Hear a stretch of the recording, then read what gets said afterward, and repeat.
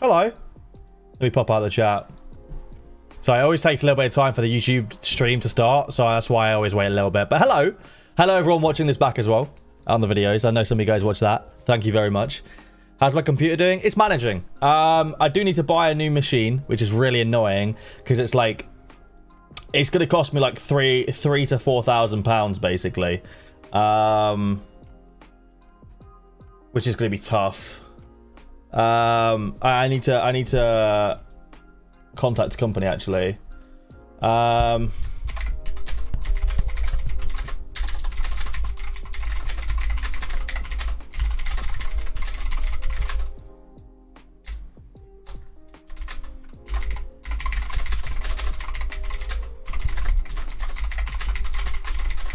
There's some way we could.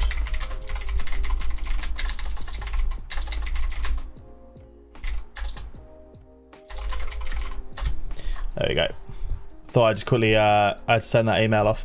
Hello everybody. Hello. Let me tweet out that we're live as well. What the hell?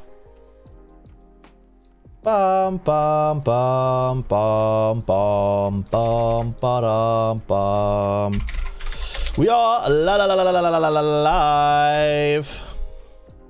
Elliot, how you doing? Sorare Prem, what's up? Glenn, how you doing? Yeah, Yeho Nathan, how you doing? Jag Woodward, how you doing, buddy? EX Radiz, what's up? All right, so welcome into the stream, boys. Hope you're doing well. I have just got home. I was at my accountant's actually.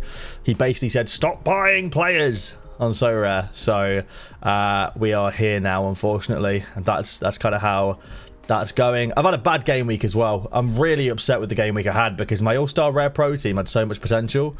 Like, it was one of those where it started off so well. Carlos Heel hitting that 100 was amazing, and the annoying thing is that Sam Freke, oh, brilliant, perfect. Oh, brilliant.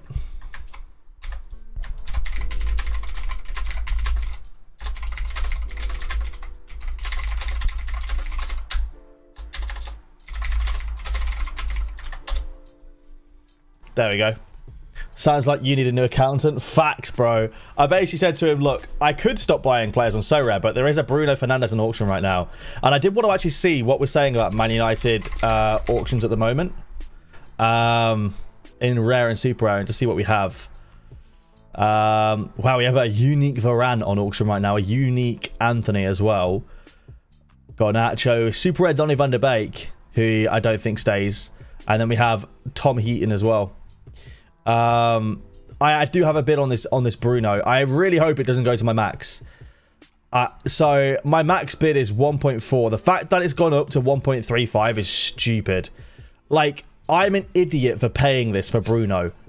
The fact that other people want to pay that for Bruno is really dumb in my opinion. That just seems stupid. I don't think he's worth that. And I'm not going to lie to you, I put the max bid on, not expecting it to go that high. And there's been a really big demand for Bruno Fernandes lately. And don't get me wrong, Bruno would be a great card to have next year, right? But, like, his auctions going for the Sorare's cards going for 1.1 and 1.149, jumping to 1.4 for a non-special card would be ludicrous in my opinion. And I know he's a great scorer, but, like, I don't know. I'll catch a replay in a bit. All good, buddy. The 3 stars jersey looking good. Oh yeah, the Argentina one. Oh, I've got 2 new jerseys today actually. Should we have a look? Should we unbox them? I got a delivery. We can we'll do a little unboxing actually for the start of the stream.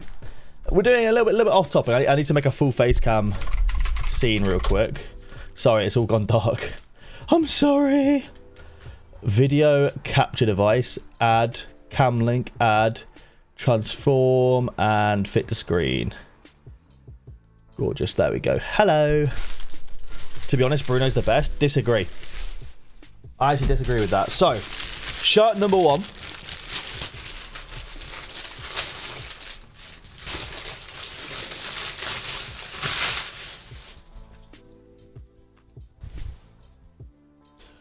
Had to do it. If Neymar stays, I'll be watching every PSG game. I had to do it.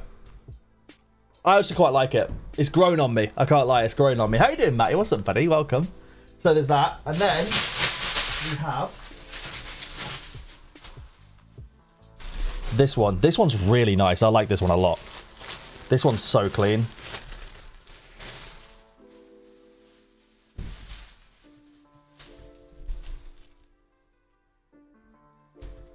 That's so nice, dude. That's so nice. I love it. I absolutely love it. Pink's my favourite colour, by the way.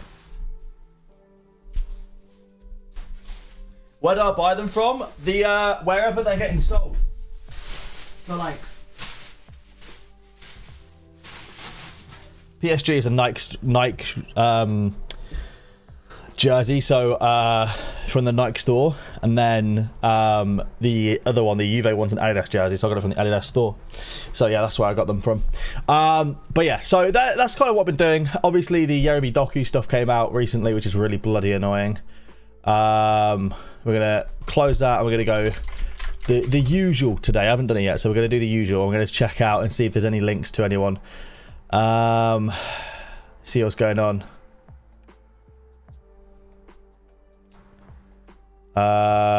What's this?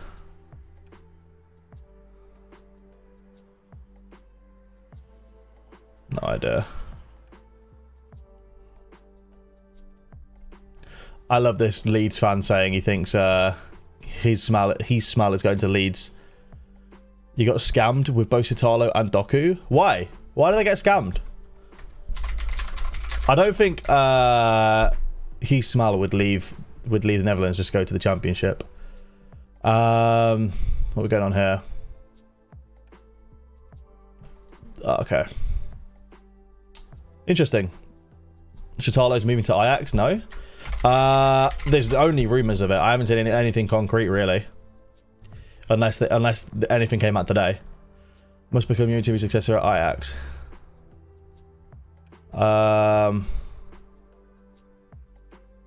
Okay, fair enough. So he might be going to Ajax. I'm not gonna lie, I don't think I got scammed though. I actually think I've been really, really lucky with Sitalo. Because I'm not gonna lie to you, like he is not going to become some kind of monster at Ajax. I'll be honest with you. He had really good scores towards the back end of the Zagreb season, right? He had some really good scores towards the back end of the season, but he's also very capable of these lower tier scores, especially when they concede. I'll tell you this right now, he's not getting these dark greens at Ajax at all. Ajax this season are not going to be very good either.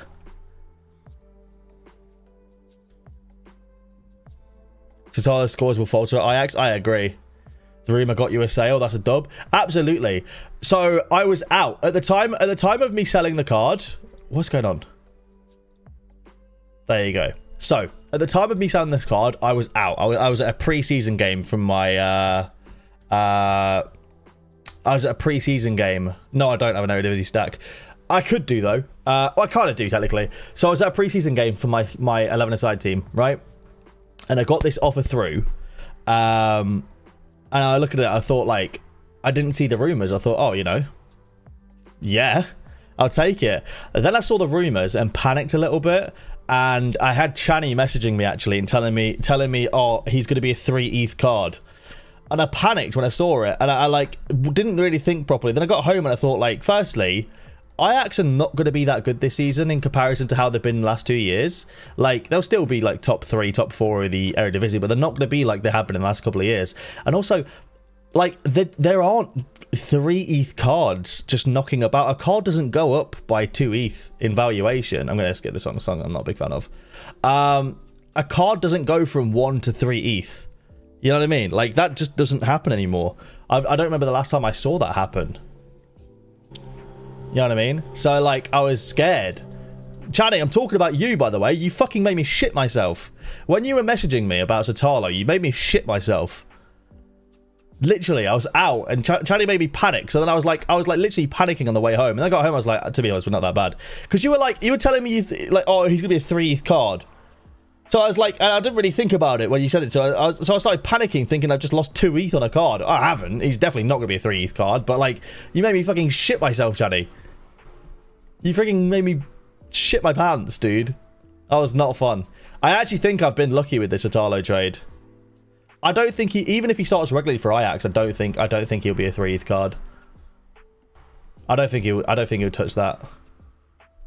But what's interesting, so I was listening to the Value of Talent podcast on the way home, and it was funny how Harry and Dom were talking about super rares, saying, oh, super rares are flying right now, super rares are so hard to get and whatnot. And it's like, obviously, like, hello? Wake up! What's everyone's issue with Sorare at the moment? Over minting and players' prices coming down because they're not meeting the demand requirements. What the two scarcities they physically cannot over mint is super rare and unique. There just isn't enough people on the platform for the supply to outweigh the demand. There's too many people, sorry. So of course super rares are going up. The super rares and uniques are like the safest place to put your money right now. What happened to the Turkish wonder kid that went to Ajax? I don't know. Timber is better than Titalo, has an L40 of 55. I've built into super rares for this season massively. I think they're the way forward at the moment. I agree. That's why I've done the same thing. I've moved into super rare specifically. I mean, I was in Nepstream yesterday, and for some reason, I don't get why, but for some reason I was getting shit talked like crazy in Nepstream. Hey Josh, how you doing, mate? You good? Oh, Kaplan was injured. Okay, this guy Kaplan. Oh, I do remember this guy actually. Yeah. I was getting shit talked in next streams. Apparently I make shit decisions or something. Like what? I don't think the purchases I've made recently. I think the only ones that I think are bad I think Fred is a risky purchase, but I know the risk. Like I'm well and truly prepared for the risk with that Fred purchase, but I don't think the rest of them are that risky. I know Muslera is likely he retires after this season. I think, but the thing is, I think for the price, getting one season out of him at Galatasaray for 0.78 ETH, I think is like, that's worth it in my opinion. I'm prepared for that, you know what I mean? I really like this one. I pulled the trigger on Harks, and I'm actually really excited because like, I just don't have enough super rares in America, and I still want to play America until it ends, you know? And I think he's actually decent for New England. Fred is fine. If Fred's one of those where like, I don't think he goes to Saudi, but there's also a risk. I also bought a Muslera Super this summer. Do you know what's really funny, Josh, is that like, there's been like 3 or 4 purchases that I've gone to make, and I see, oh, purchased 28 days ago, Genki. I'm just like, and you got a way better deal than I do as well. I'm like, for fuck's sake. It was Muslera, Bardachki, and I want to say Bongonda. I think it was. Did you buy Bongonda? No, it might not have been Bongonda. It might have been Depay. Did you buy Bongonda? It was Bongonda. Yeah. I was like, oh man. But the thing is, like, you're pretty good at SO5. So like the fact that you, like, I was making purchases and was seeing you were trying to get those cards as well, I was like, yeah, okay, I feel a bit more confident in the purchases that I'm making. I'm new. Is it possible to do offers to all players? Would that player get the offer rather than people individually? I don't know what you mean. I've got a full playing team this midweek. Do I play them in cap 240 or cap 270? If you can play it in cap 240, I would probably play it in cap 240. And the reason why is because you're going to be close to the cap with cap 240. And also, you get ETH as well, right? The super rare divisions are way more fun as well. I want to win super rares. You've won quite a lot of super rares in your time, Josh, haven't you? Like, this is the thing, right? Looking at some of the super rares you've won, these are cards I would love to have in my gallery at some point.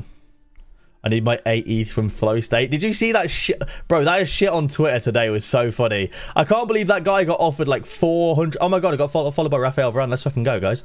I cannot believe that guy got offered nearly £400 and Colville just for his one, like, #1 shirt, Colville. That's so funny. Or Colville? I don't know. That's so funny to me. What scarcity was it? Was it rare? Is it even there?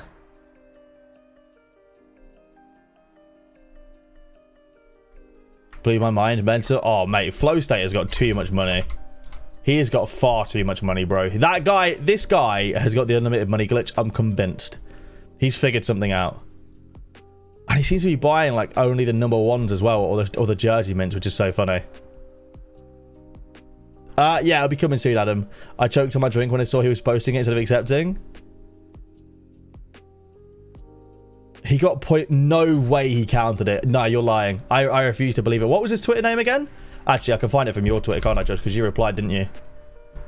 There's no fucking way he counted it. I actually cannot be asked. No fucking way.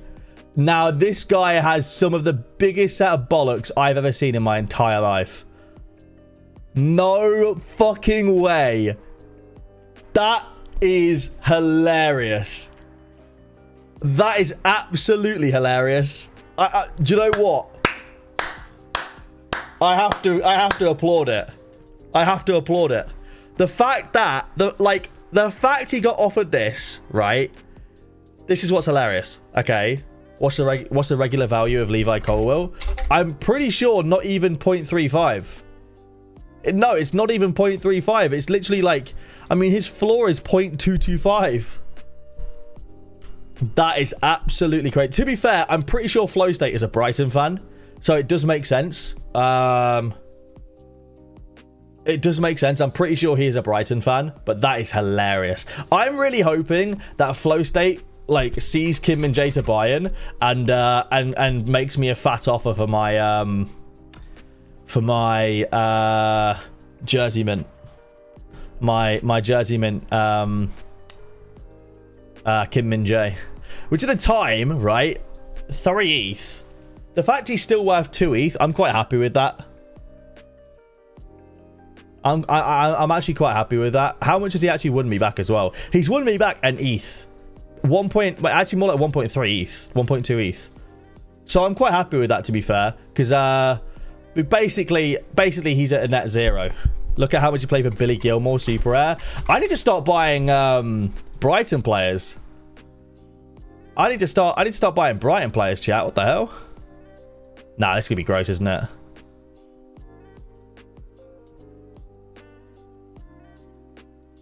Wait, am I stupid? Ross Laidlaw. Wait, is this in overpay? I don't get it. That's not that bad, is it? I don't know. He is stingy when he sells players. He rejects all your offers. Really? I'm looking at the wrong transaction. Oh, okay. Ah, I see that. Yeah. That's funny. 0.7. That's funny. That's so funny. That's balls of steel, though. I've got to respect that. I've got to respect the hell out of that. I mean, look. Let's have a look at Flow State real quick again. And see, like, his transaction page. Does he just overpay for everything? Look at his Brighton collection. You think he only needs Matoma and Sanchez, the one of jersey? I feel like... Oh, God, this is popping up here as well. Okay, hang on. How do I need to go into notification settings. Notification. Turn notifications, actions, and settings. Can I just turn it all off? Get notifications from apps and senders. There you go. That should be off. Perfect. The super secret Discord and no super secret on a hate. Bro, nah, to be fair, what did Mark Elliott actually say? Oh, he didn't say anything that bad, to be fair, did he? Yeah, no, he didn't say anything that bad. He just said that he wanted to call someone a cunt. It might not be, to be fair, it might not be the worst shout in the world to go and buy the one of 10 Matoma super rare and then just try and extort flow state for it. Sorry, is it this one? I'm guessing Pranksy has it. No, he has the 6 of 10. Where do we have the 1 of 10? Oh, it has the numbers here, doesn't it? 1 of 10. Here we go. Nanzo has it. Oh, Nanzo ain't selling that for cheap, is he? It honestly, go and buy it for 1.5 ETH and ask for 6 ETH from Flow State. I reckon he pays it. Let me have a look at his transaction page. I want to look at super rares only. I thought he bought a Vermeer in them, but it's Valdemar. I got really scared. Is there a way scarcity super rare filter? We see what he's paying for some of these cards. That's pretty reasonable. Half an ETH for Pascal Gross. So he seems to overpay a little bit for the Brighton players mainly. Oh, where's the Declan Rice one? The Declan Rice one is what I... Oh, shit. Hang on. I'm in the wrong thing. The Declan Rice one is the one I want to find. That Declan Rice trade is the funniest thing to me. I still can't get over it. I still cannot get over that Declan Rice trade. It's so... like, honestly, it's so funny to me. That's not a bad trade, is it? That's actually pretty good for Flow State, to be fair. The 7 jersey mint as well. I mean, Everton's not been amazing recently, but like, it's a pretty decent card when he gets going again.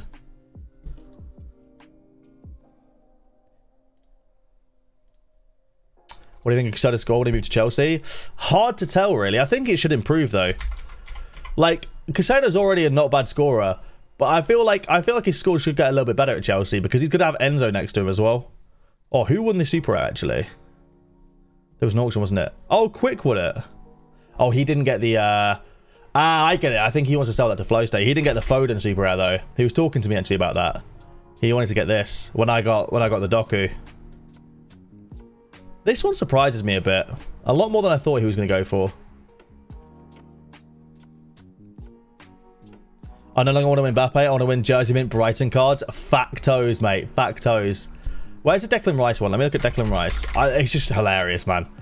It's such a funny fucking trade. It really is. He's literally sold for... He was selling for 6.6 ETH. Like, that is ridiculous. That is absolutely ridiculous. Maybe Flow State is Tony Bloom in disguise. I just sold him 10 crap Paris FC players with special number values for around £400 for Unasol and Lossell. Wow. GG, dude. That's crazy. What are my thoughts on Slanina? I don't have any thoughts on Slanina. Is he even going to play?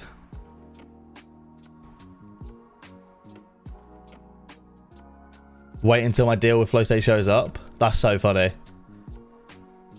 He does seem to actually value what he sees as collectible. Yeah, I mean, maybe he's in the... Like, Flow State... Is he one of those ones that was just in NFTs beforehand?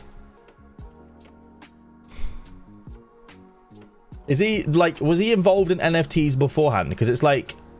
The thing is that...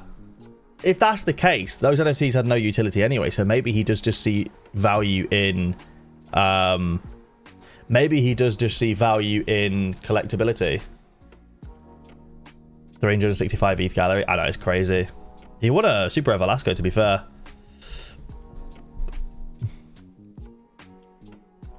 He came at a similar time to Pranksy. Yes. I feel like that's why they have this collectible, like, value. Because I think... I think they value collectability because that, like, this is the first time they probably ever had utility with super rares. Sorry, with NFTs. I'm just looking, by the way, at some of the cards he's won. That's a ridiculous win. He traded it to Bellamar. Shit, what did he get? Wow. Wow. Bellamar got an insane deal here. Holy shit. What the fuck? Bellamar took him to the cleaners with this. When Europe's back, I think Reece James has got potential to absolutely smash, right? And when Adeyemi's back fit, and Musiala's killing it for Bayern, which Musiala will kill it for Bayern. He's just an absolute, like, Musiala is like one of the most talented players I've seen, man. Like, as a youngster, like, surely this on Pranksy's side that's gonna be worth 25 ETH, I would say.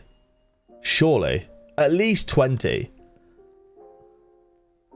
Yeah, Reece James needs to stay fit. That's crazy.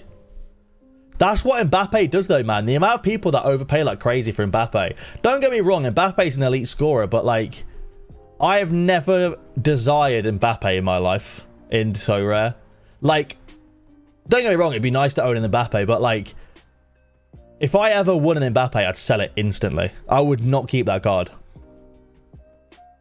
I just think he's massively overpriced, but because he is Mbappe, like, that's why he goes for as much as he does. Do you know what would be really nice? I wish Sorare data had a value, like, high to low on this. That'd be really cool if you could, like, search high to low in terms of rewards value. In fact, who do I have to message to, like, get something like that added in? Is there anyone I can message with ideas about that?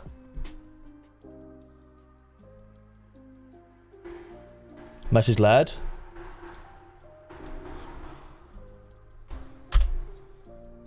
He'll feed it back. I'll do it at a later date. Because yeah, I'll do that at a later date. You can filter by scarcity. Yeah, but like doesn't value high to low though, does it?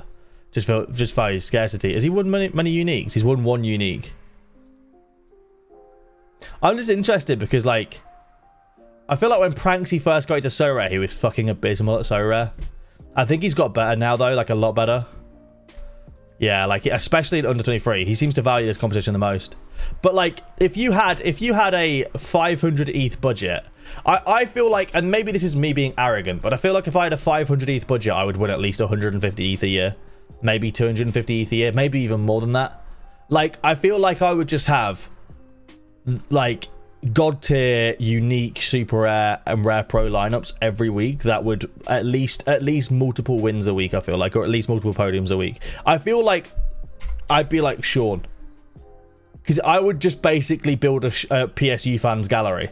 I mean, if you look at Sean's like statistics, it's crazy for a 370 ETH gallery. And I mean, this has gone down. This is the only issue with Sorare data, is that it just does value now. It doesn't show value then. This is probably double that. I know that's practice gallery. Oh, it's massive. Do you think Nkunku scores good in the Premier League? I think there's an area where he definitely can score. Let's see if Sean's been doing any deals recently. He bought that HMO unique. I think there is definitely potential for Nkunku to score really well. My issue is that Chelsea's front line looks fucking abysmal at the moment. Sorry, Dofton, if you're in here. Like, here's my issue, is that if you look at some of Nkunku's best scores, he gets a lot of assists, and I worry that Chelsea's front line will not be able to provide for him like someone like Dodi Olmo or Szoboszlai can, right? Or players in front of him can, you know what I mean? Like, I don't know if he's going to be able to have that freedom where like someone in front of him or behind him can create for him. That's what I worry. Like Nicholas Jackson, is he going to be able to finish off all the chances that Nkunku's going to create, for example? I wonder. That's my worry with Nkunku. But I think there is a world where Nkunku could have an L40 of like 60 in the Prem. 100%. I think he's definitely a good enough player. I just don't know, like, we just have to see the team. I mean, Chelsea have some decent players, but I feel like they're just so weak up top. Like, if we look at like Nkunku's scoring in the Bundesliga, it's great. Let's have a look at his scoring in like the Champions League, for example. I mean, still, against good teams, he's still capable of scoring, like getting nice scores, you know, in the Champions League.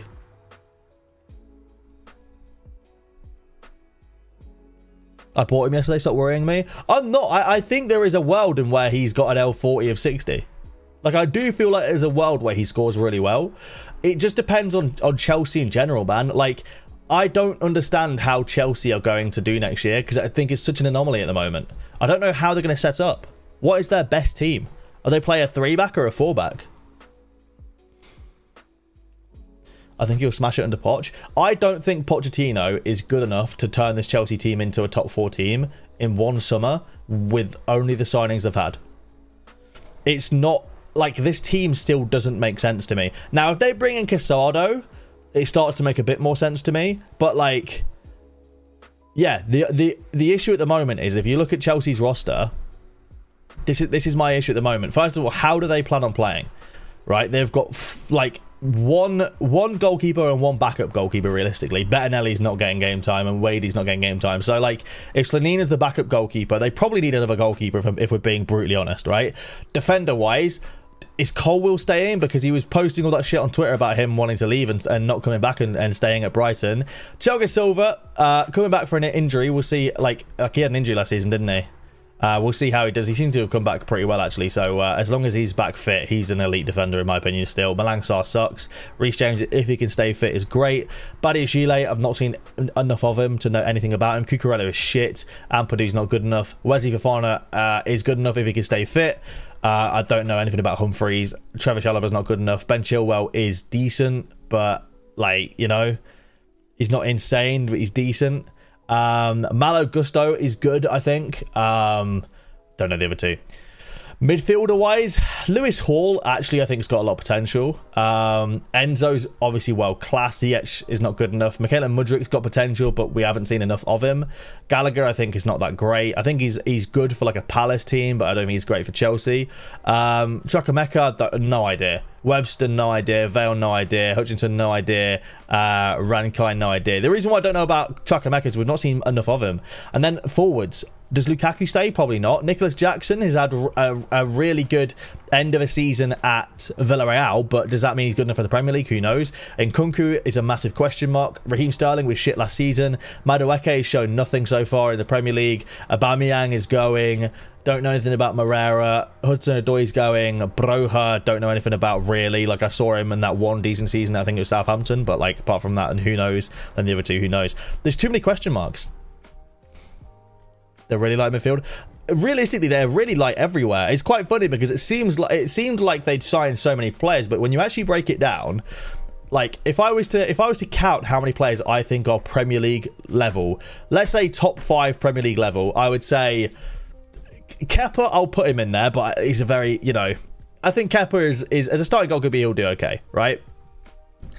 Colwill, Thiago Silva, Reece James, Badiashile, Wesley Fofana, Chilwell and Gusto, right? They're quite strong in the defense, to be fair. Midfield is Enzo. I'm only putting in that midfield. I'm putting Enzo as a top 5 team in the Premier League worthy player. And then forwards wise, I'll put Lukaku in there. I'll be fair. Lukaku, Nkunku. I think Sterling can be. Like, we're talking, what, 13 players maximum that I think are good enough to be in a top 13 Premier League side. And then we have about 12 question marks as well. They're such a difficult team to predict at the moment, so I don't know.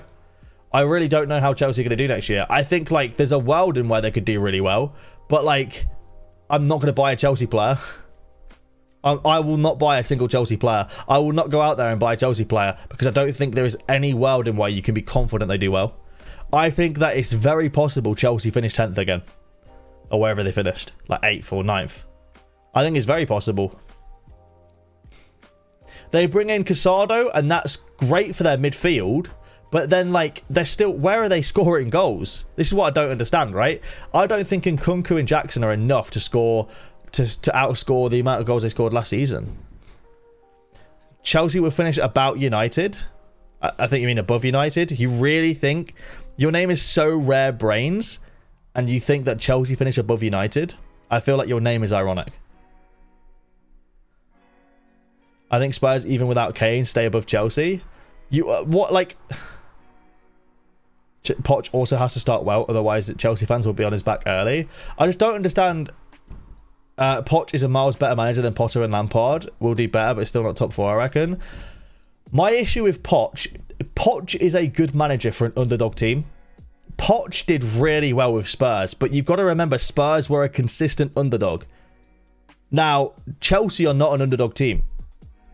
I don't know if you can bring in a manager like Poch to an underdog team. That's my concern and my worry, I guess.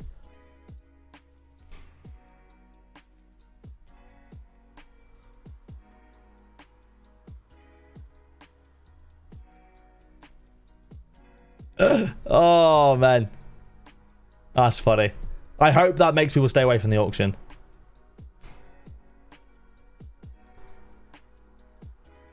Forty played his best Spurs team in 2016. Chelsea nailed on 7th, I reckon. I don't see them being a top 4 with Arsenal, United, City, Liverpool, to be honest. Just don't think they have the quality up top. So this upcoming season, this is funny, by the way. Like, there's no chance Bruno goes to Saudi. There's literally no chance. So this season is going to be top 5 for Champions League, right? Because the next year is when the new changes come in, and because it's next season, that's when it takes place, right? So it's going to be top 5 for Premier League. In my opinion, the Premier League top 5 will be Man City, Arsenal, Man United, Liverpool, and then like the 5th place I think is like, to be honest, I mean even Liverpool could be battling for 5th, but it's like, you know, there's Newcastle. I think Villa are a genuinely scary team.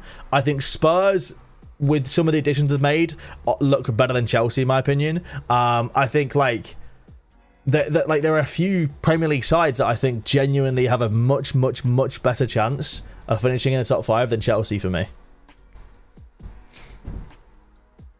What do you think about Saudi coverage? I think we should wait a year. They should calculate how scores would be over a year, check averages like L40 averages, spikes, peaks, that sort of stuff, and then next year either they fully license the Saudi league or they don't. But I don't think they should ever cover it without licensing it, because, and this is an example I use all the time, and a lot of people say, oh, but he's only one player and he wouldn't do this, that, the other, right? But an example I use the whole time is not Gluck. I just wanted to open up a new tab real quick. Oscar from Shanghai is an example I'll use the whole time, right? Now, again, this coming weekend, he scored another nearly 100-point score. So Oscar has an L15 of 81 and an L40 of 82. Granted, he had a lot of injuries, right? Oscar is almost like 70% reliable for 100 points. China is not Saudi.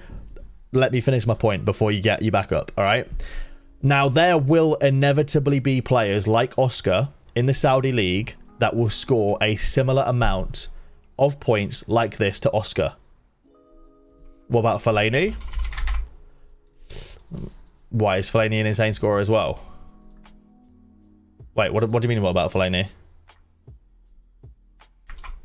I need people to get this through their heads, right? Like, Oscar is one of the only players that's gone to China that's a player good enough, in my opinion, to get those scores. Not that many players have gone to China that are good enough to get these scores. Fellaini's arguably... No shot, Josh. No, not even close. Not even close. Like, no. I'm not having that. Oscar was incredible at Chelsea. Oscar was genuinely really good at Chelsea. And this is what you need to realise as well, right? And this is what I've been trying to explain to a few people when I've had private conversations. Like, we're not talking about finished players here. We're not talking about like players that are donezo, that are done and dusted. Like, we're talking about Ballon d'Or winning Karim Benzema. We're talking about, like, and it's not just that, like, we're talking about players like Diaby from Leverkusen who's had an offer. We're talking about, like, Jota from Celtic, like, these youngsters as well, like Ruben Neves, N'Golo Kante. Like, these guys aren't, like players that have had a majority of a season, like, in a Russian league, like Hulk did before he moved to China, or, like, we're talking about players that are going from playing at the very, very top of the football spectrum, right? They're going from here down here. They're not going from here down here. They're going from all the way up here down there. You know what I mean? Like, I'm just using Fellaini's example. It's not a guarantee. Fellaini at Everton, by the way, we're talking about Fellaini who played as a like bulldozing midfielder at Everton versus when he played at striker for us. He was already arguably finished, and then he's gone to China to play as a striker again. Like, that's not the same thing. Fellaini is nowhere close to Oscar, in my opinion, in that debate, in my opinion. And the Saudi league is way stronger. That's just not... I don't agree with you at all.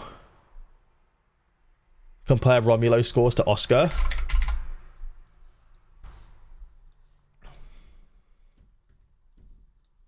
I mean, even Romulo's a good example. Anyway, let me get back to the point I was going to make. If we were to get even 10 cards in Saudi, right? Even 10 cards in Saudi, like Romulo and like Oscar, that are just ridiculous, okay? And they're not licensed, but they're covered. Those cards all of a sudden become such a ridiculously high value because not only are they a complete differential, right? But they are cards where if you got them early, you don't need to sell them. You can hold them in your gallery and almost guarantee a high score every week. Sorry. And the problem with that, and it was not really that big of a problem with Romulo because there was a little bit of circulation. But like, let's say, trying to think of a good example. How many cards does Jota from Celtic have? Jota has 194 rare cards, right? Let's say Jota starts getting 100 points every game. If you can't buy a Jota, you're at a disadvantage. But why would people want to sell Jota if you're getting 100 points a game? This is the point I'm trying to tell you. Like, why would you ever sell that card? If Oscar was a rare card and he had 100 cards minted, and he was no longer getting minted, like, why would you ever sell this card? But you have to get this card to compete because he's getting 100 points every game. That's the point I'm trying to make, right? I feel like if they license the whole league, it's fine. Because then those cards are in rewards, they're in auctions. Like, that's fine. I don't mind them. But, like, if you don't license the cards and they're not in rewards pools, you're adding in some elite scorers that you're going to be not capable of getting your hands on for most people. Like, they become such a luxury card to have. And it's not like, oh, that's super rare, super expensive. Like, we're talking about, like, just they don't sell. But they're going to be so insane to have. And they're going to be such an advantage to have for the people that got in early. You know what I mean? Like, I don't think you can honestly have a league like Saudi covered but not licensed. Funnily enough, I don't think any of the Saudi transfers, barring maybe Koulibaly, score the same way Oscar does. Oscar is built for the Matrix. I think Milinkovic-Savic, I think Ruben Neves, I think, to be honest, I think Benzema will score really, really well. I think Jota will score really, really well. Like, I think a lot of these guys will score really well, to be honest. And as well, the scary thing for me is, like, it was like 20 billion for the top 4 clubs or something. That's the scary thing for me. So you can have 4 clubs that have insane players, and then the rest of the team are just going to be like, what do you call it? The rest of the team, the rest of the league, sorry, is going to be like mediocre teams in comparison. They'll score well, but they won't bang 100 every week. I don't think you can sit there and say that, though. No, it's 20 billion for the whole league. Like, there's a priority for the top 4 teams. I read that for sure. Hang on, I've got a message. Let me read this real quick.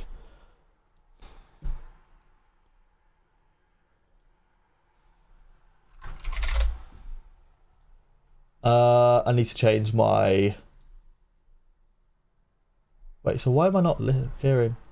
Oh, I am. Okay, sorry. Eventually keep signing top players. It will surely even itself out. It will, but not like... I think that's why I say next year.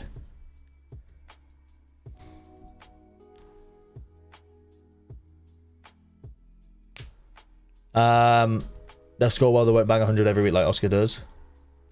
I don't know. For me, like, this is the thing with a player like Oscar, right? Like, I think it's so like, the Oscar bangs 100 every week because he gets decisives every week.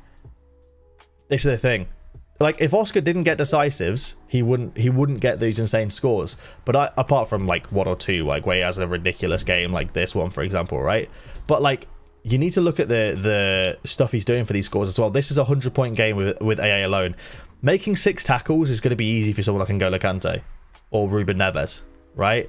Like, yes, 4 big chances created. It probably won't be the case for N'Golo Kante or anyone like that. But all I'm saying is, like, I think that there will be cards in the Saudi League that will score similar. And I'm not saying don't bring these cards onto the platform. What I'm saying is, wait a year, see if the scores are groundbreaking or not. But if you bring these cards onto the platform, you have to license the league. You have to. You can't bring Saudi League into the platform and not license it. It will break the platform, in my opinion. All-Star and all that will literally just be Saudi cards that people cannot get their hands on. And all of a sudden, if people literally cannot compete, they will stop competing. Tomorrow, I think, Cherry. Tomorrow, I think. Saudi players don't leave Saudi because of the amount of money they earn. They are not bad. They are the only NT that won against Argentina for a reason. It's not comparable to China. Disagree with you. Watch the Argentina game. I'm not going to lie to you. Argentina lost that game more than Saudi won that game. Like, Argentina was shit in that game. You know what I mean? Who's a good example of a player from Saudi Arabia that I can look at? In fact, here's what we'll do. I'll do this. This will make life easier. If I go to Lionel Messi, go to the World Cup, we go to the Saudi game, and we'll look at some of these Saudi players, right? Like Sorare, he's a good player from Saudi, right? He's a good player from Saudi, if I'm not mistaken. I only know this because I see this guy on FIFA all the time, right? I see this guy on FIFA. Like, this guy, for example, we're looking at Saudi Arabia. They lost 2-0 to Poland and 2-1 to Mexico, right? Like, that doesn't... Are we going to sit there and pretend that Saudi are a great team because they, like, with those games that they lost? I don't know. This guy, like, I'm looking at Saudi Arabia's scores here, bro. I don't think Saudi Arabia are particularly a great national team. I mean, sure, they can beat Singapore, but, like, you know. I'm not seeing a pattern of great performances. They drew to China. Like, I don't know. I don't think it's fair to say that they're a great national team. This is... Wow. Okay. Right. Hang on. Hang the fuck on. Because we're digging deeper now, aren't we? Whatever the fuck game this was that got scored, right? I'm guessing this is like a Asian Champions League game or something. Okay, look at these fucking scores right here, and you tell me right now, and we're gonna have this out right now. You sit here and you tell me that these elite players from Europe's top leagues aren't gonna get these scores. Like, seriously, you sit there and tell me that you're like players from Europeans' top 5 leagues that are still in incredible shape because they're not even that high, like they're not even that old. You tell me they're not going to get these kind of scores against some of the terrible teams that they play against? And you tell me that, like, and this is the thing, these are just the Saudi Arabian players.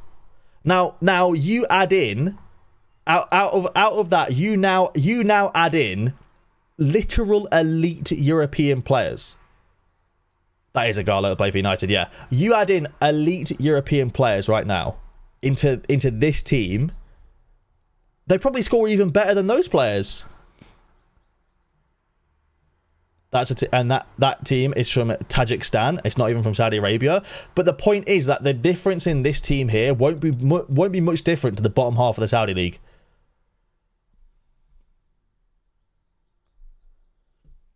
That wasn't a game from the Saudi league, though. I don't understand the difference, though, because these are games that this guy is playing in. This is a scored game. Saudi would destroy all prices. Like, these are all scored games, bro. Like, look at this one. Now, granted, the defenders in this one weren't as ridiculous as the other one, but it's still insane.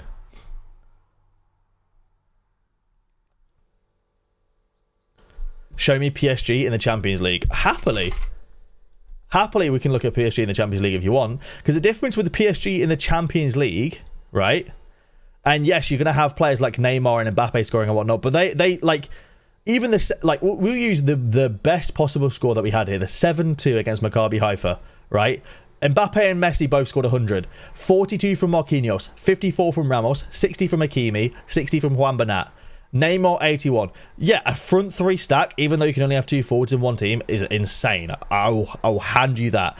But the rest of these scores are mid. You know? Versus this.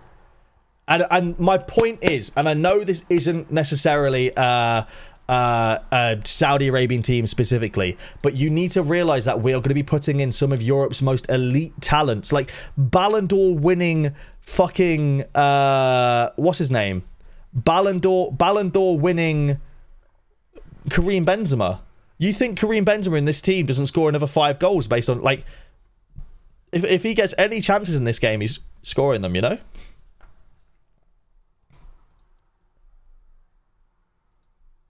Mahrez breaking ankles, literally.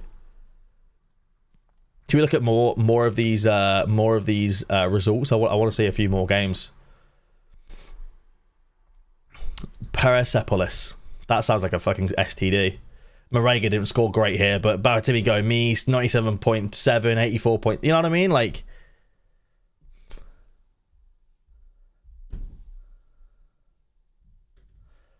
Check Talisca. Here's the difference. I can't find like a run of scores with Talisca. I can only get the Asian Champions League points, for example. But I mean, like, so this proves my point more than anything else, right? Like, this is in favor of my point, because the Saudi League scores are way better than the Chinese League scores. But again, like, we need a bigger sample size for comparing China to Saudi Arabia. But you can take a small sample size of comparing the top 5 leagues to Saudi Arabia. Can say we top goal scorer in that league, but this is my worry. So, like, what Sorare need to do? I'm not against them bringing the Saudi League in. They just need to, they literally just need to spend a year calculating scores like this to see if we get games like this. You know? That's what they need to do. So, oh, no, not this one. Wait, where is my music? There it is. That's what they need to do realistically. I'm not against it, but the big thing is they need to license it. Now, Dom from the Value of Talent podcast had a really good point, and it's something that I would love. What Sorare need to start doing, in my opinion, and it's what I like this idea a lot. So the prize pool in All-Star Rare Pro, and this is obviously summer. Wait, that's America Rare Pro, sorry. Prize pool in All-Star Rare Pro pays ETH down to the top 30 in the summer, right? $100 for the top 30, 150 for the top 7, and then 500, 750. We need this in the other competitions. Realistically, on a different scale, sure, but like All-Star, I agree. All-Star shouldn't be the only competition you focus. There needs to be more of an incentive for Champion Europe, Challenger Europe, and that sort of stuff, as opposed to just getting ETH for the top 3. Like, if Champion Europe Rare Pro paid ETH down to the top 20 places, I would be more inclined to play a Champion Europe and an All-Star team. But instead, I'd rather put all my best players into All-Star. I don't see a point in playing. I mean, yeah, you can get good cards in Champion Europe, but like, it's not the same. I feel like All-Star, Champion Europe, Challenger Europe, Champion America, and Asia, Champion Asia, right? The main, like, the main ones, in my opinion, should also pay ETH down to like top 30. In my opinion. Yeah, under 23 as well. I think there should be more incentive to play every division rather than focusing 1 or 2. I think caps is fine. Maybe but this is the thing. Adding ETH is the one thing that saves Sorare from being a pyramid scheme, essentially, right? Like, that's the one thing that stops Sorare from being a pyramid is Ethereum rewards. And I think they should realistically add more Ethereum rewards. They absolutely could afford to as well. And the thing is, if you added, let's say you added what I'm saying into Champion Europe, Challenger Europe, Asia, and America, right? Even just those 4 divisions, you added top 30, get paid, even a small amount, $100 of ETH, right? Not only is that more of an incentive to play those, I guarantee it would raise prices of cards in those divisions because people will go and buy more cards to play those divisions. Like, I would happily make sure I had a strong All-Star, strong Champion, strong Challenger, and strong Asia and strong America teams if I was competing for Ethereum rewards in top 30 in every division. That's what I would say. I would happily do that. And the reason why I would happily do that is because then, like, you're competing for more than just trying to win a card that might be difficult to sell. At the moment, I focus on All-Star. And then, like, whatever makes sense for that game week is my next focus. And then my next focus. And I will happily not have a Challenger Europe team if it means my All-Star is really strong. Does that make sense? Would you go for All-Star Limited Champion Europe team and an OK 240 team, or a mid 240 Rare team and a mid Champ Europe? I would go for a mid 240 Rare team and a mid All-Star Rare team. Hey, congratulations, Joe. Like, for me, if you're... I would not put money into Limited if you can afford to make a 240 Rare team. Because, like, it would... I don't really know the prices of Limited that well, but, like, who's a tier 1 Limited card? Trying to think. Like, is Rodri... Is this guy a tier 1 Limited card? Let's say. Or is he a Star Limited card? He's a Star Limited card. And is Enzo Fernandez a tier 1? I'm trying to think of a tier 1 limited card. Rashford's a tier 1 limited. Let's think of a goalkeeper. What about Nardi? Paul Nardi from Ghent. All right, this will be a tier 1 limited card. Let me look. Yeah. Tier 1 limited in All-Star. This card is worth £43, right? You can get that back weekly. Like, you would have to get tier 1 in limited to win this card. Or if you made a rare team, you would get that back every single week if you hit the threshold. You don't even need to win a reward. You just get that in ETH every week for hitting the threshold. So I would much rather, if I were you, instead of putting all your money into a limited team or 3 limited teams, I'd make 1 Cap T40 rare team, because you will get that back in liquid ETH without even having to sell a card. You will get back the £43 that this card is worth way easier in a 240 threshold team. I think it's way more worth it. To me, like, I think I am personally a limited hater. I can't stand limited. I think I understand that for some people that just want to play the game, limited makes sense. And I'm not saying don't, like, if let's say you have a budget of £100, obviously you have to play limited. You can't make a rare team with £100 and get a goalkeeper as well, right? I totally get that, and I'm not shitting on that. But if you have a budget where you can make a rare team, even if it's just 1 rare team in Cap T40, it makes way more sense over playing any limited team, because unless you podium in limited, you physically, like, you probably cannot make more over a year playing limited than you can playing Cap T40 rare. You would have to be hitting podiums in tier 1s most weeks.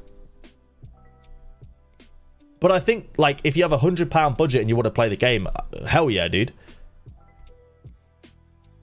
I'm going to say, is the rare goalkeeper that puts the budget? That's what I mean, yeah. The rare goalkeeper is painful. If you can't get a rare goalie, I totally understand that. Because I totally understand, like, I do think limited is appealing to people that obviously in that budget range. But, like, as soon as you can get out of limited, do it.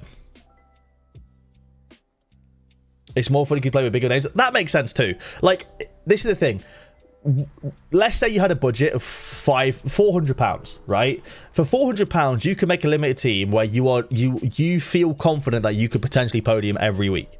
Absolutely. I totally understand, right?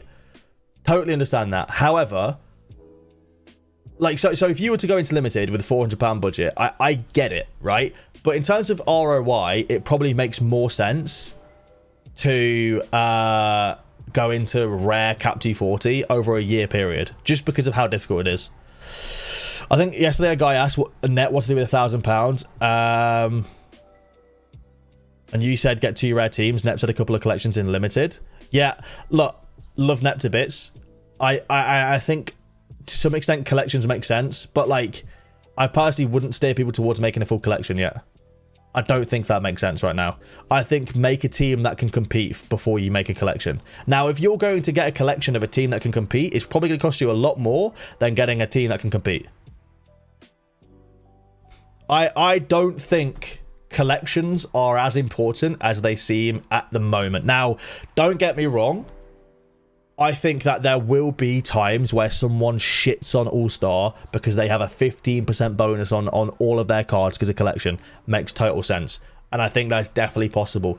But my issue is you need a really big gallery to get enough collections where it makes sense, because I think a 5-man stack doesn't make sense for most teams in the game, and the only ones that do, it's far too expensive to get the collection of that card in anything but limited, and I don't think limited's worth it. Let me quickly read this 1 second. So, like, for example, if we look at Nep's gallery and we look at Nep's collections, right? The only collection maybe 2 collections I think that make sense for Nep and how passionate he is are his Feyenoord and Arsenal collections. Now, here's the thing, right? The reason why I think the Feyenoord one makes sense particularly is because obviously you have a couple of cards that have got favourable moves as well. Szymanski could do really well at Fenerbahce. Kochu could do really well at Benfica, right? So, in that sense, you could play a 5-man Feyenoord collection team where it's like Billo, Hanko, Kochu, whoever the best forward is, and Szymanski or something like that based on matchups, okay? And that makes sense. But this is a ridiculously expensive collection to build fully out like Nep has. And most people don't have the budget to do that and have a gallery at the same time. It'll just be your entire gallery being a Feyenoord collection. I think personally, like, if you want to, I think you're better off building a team that can compete than building 1 or 2 full collections like this with your entire budget. I think there is only one collection that makes sense. I haven't seen anyone chase. The 2021 BVB stack is expensive but insane with 3 keepers and another 2 playing in 3rd division. I wouldn't collect if I didn't get a decent gallery. If you just want 5 good starters. I agree. Limited Pro could be good for the people who want to take the jump. Limited Pro, if it were like All-Star Pro, if Limited Pro were like Rare Pro, it would only give out limited rewards. That's the problem. If you bought 2 rares for Limited Pro, I think the only problem there is that it would only give out limited as well. And in that regard, I think it maybe would be difficult to try and make that step. I think everyone wants to make that step into the higher scarcity. I don't know if Limited Pro would help with that. The 2021 BVB stack. So, can I see that without having it? Can I see a 2021 BVB stack? I can. This one, 21-22. So you have, yeah, 3 starting goalkeepers. Then you've got Guerrero, who's great. Akanji's decent. Munier's got a favourable move recently. Bellingham, good. Royce can be good. Brandt can be good. Emre Can can be good. Then obviously you got Haaland. Thorgan potentially could be good as well. Marlon could be good. So yeah, I do understand what you're saying. Limited Pro doesn't make much sense because rare cards don't give more of a percentage. That's true. That is true, to be fair. Unless they give them an extra percentage in there.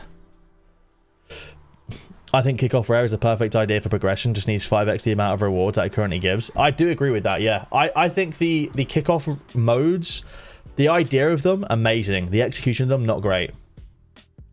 That's the issue. And that's why I've never played any of the kickoff modes. If I bought one single unique, I'm playing that in super rare. I'm not playing that in kickoff unique, because my issue with those particular competitions, right? Like unique, for example, and obviously this is a midweek, but it gives like 1 card. And then, like, if you win a tier 5 unique, literally what is the point in any of these cards? Because none of them are good. I'll be brutally honest. Like, you'd have to get insanely lucky and get someone that gets a move and becomes, like, far more usable. Or you've got a card that maybe is under 23 and that you hold for 5 years for him to finally start getting decent scores. I don't see a single card in this entire selection that's worth it, realistically. I just don't see the point. You know? And I don't know if it's better cards in rare, but I don't want to win tier 4s and whatnot. I'd rather put my unique into a better super rare team and potentially win a tier 2, tier 3 super rare if I get lucky, you know? Can you rate the gallery of the guy? What, you want me to rate Dan Medusa's gallery? He's going to think I'm coming at him, bro. This guy thinks I hate him. I couldn't give less of a shit of this guy, realistically. Like, I just think that it's funny the way he conducts himself. But, like, he's going to think I hate him if I go in on his gallery. I mean, this guy, all he does, literally, is he waits for transfer news, buys all the cards, and then lists them up straight away to get, like, you know? I mean, Fred's a perfect example. He bought 2 Freds the moment that the Galatasaray rumours came out. There's not much for me to review here, realistically. Him do him. Like, get best of luck to the guy. I've got nothing against him. I just think he's a bit childish on Twitter. And not childish in the way that I am where I mean. Childish in the way that he just beefs people. You can make a Cap 240 rare team with a budget of about $400 at the moment. I think you could do it for less than that. Now, bear in mind, I will quickly say this. Bear in mind, I have not done any research to any of these players. But I noticed the other day, is it this guy? I don't know if this guy is like the starting goalkeeper or not, but this guy's like 70 quid. I don't know if he's a starting goalie or not, but I think that, and if he's not, fair enough, but I think there will be players. Is it this guy or is it another guy? Maybe it's Brewer that'll be a starting goalie, but like, they're cheap as fuck from these newly promoted divisions. Like, you can get some really good deals on newly promoted sides. He's not the starter? No, I think it's Brewer that's starter, right? Like, I feel like the only issue, obviously, is that these guys are newly promoted. They probably get destroyed by most teams. But you will get game weeks where they keep clean sheets. Absolutely. So for me, like, you could build and winning. If you won $50, like, you would only need to win. Let's say you built a team for even $500 and you're winning $50 a week. 10 game weeks a year and you have broke even with your team. That's all you need. You need 10 game weeks a year where they get the 250 points. And I think for $500 you can even get depth in that as well. But I think, like, realistically, check Vermeer.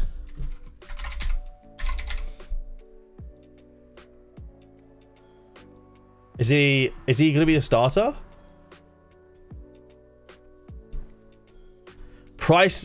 The price sentiment of the card suggests that this guy is going to be the starter. 500 is too much. Yeah, no, I was just using that as an example. Cap T40 rare is best for ROI. Show Ray Josh made a good point. So, to be fair, Cap T40 limited is really good for ROI as well. It's just that $5 is not a really interesting amount. Room to versus a good rumor. Yeah, I saw that. Eloy Room. I think the boat has sailed for that, though. I mean, to be fair, even at this, it's not horrendously cheap, overpriced. Like, Vitesse keep a lot of clean sheets in comparison to, like, Zool will. You think the other keeper might leave? Interesting. I mean, yeah, if you wanted to take a gamble, I'm not really in the market of just, like, randomly gambling like that. But, like, yeah. What's going on Twitter today? Anything interesting? Oh, I'd love Sofian Amrabat.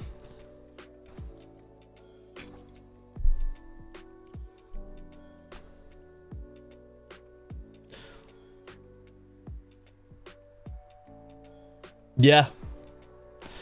You could build a limited cap team for about 15 quid. Literally.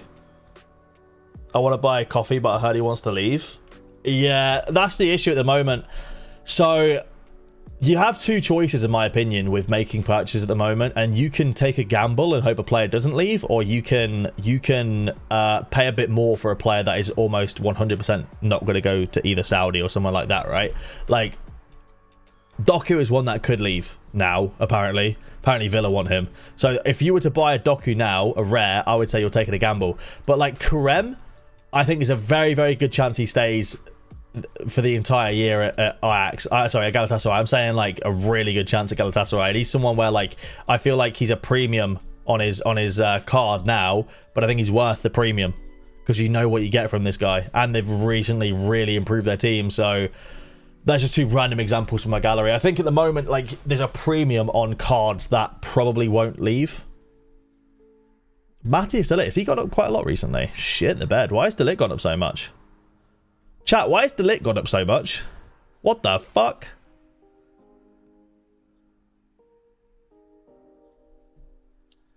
Starting to think that I did really well with the trade that I did with Pavel now.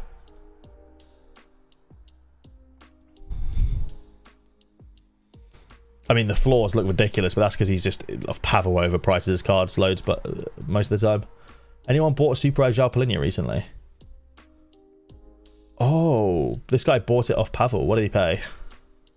Shit the bed. This guy overpaid like crazy. What the fuck? Oh, to be fair, Ruben Neves is off to Saudi. Hotic is no longer going to get scored. Fair enough. I think people just predict that he'll be like the best under 23 defender. Really? I didn't even buy him for under 23. I didn't realize that I actually have like genuinely almost a really good under 23 rare pro team if everyone stays. I would need a goalkeeper and one more super rare. But if Doku stays at Rennes, I'll have Leighton Clarkson and De Ligt rares, Doku super rare, and then I just need a goalkeeper and an extra.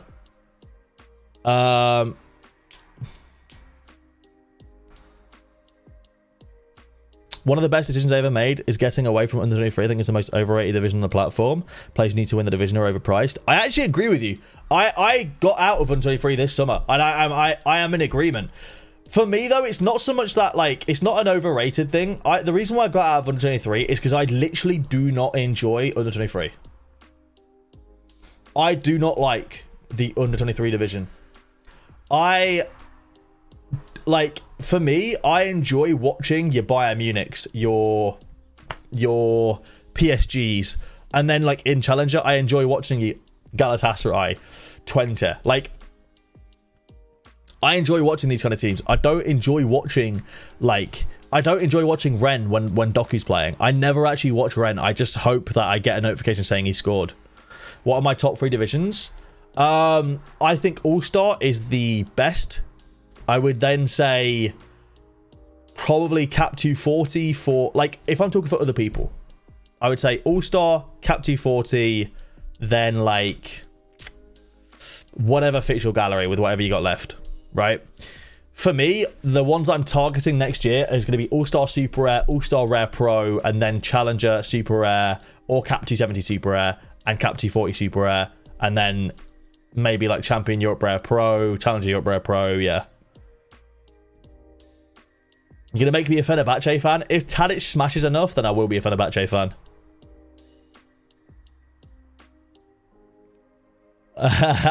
Ollie, you can't be asked.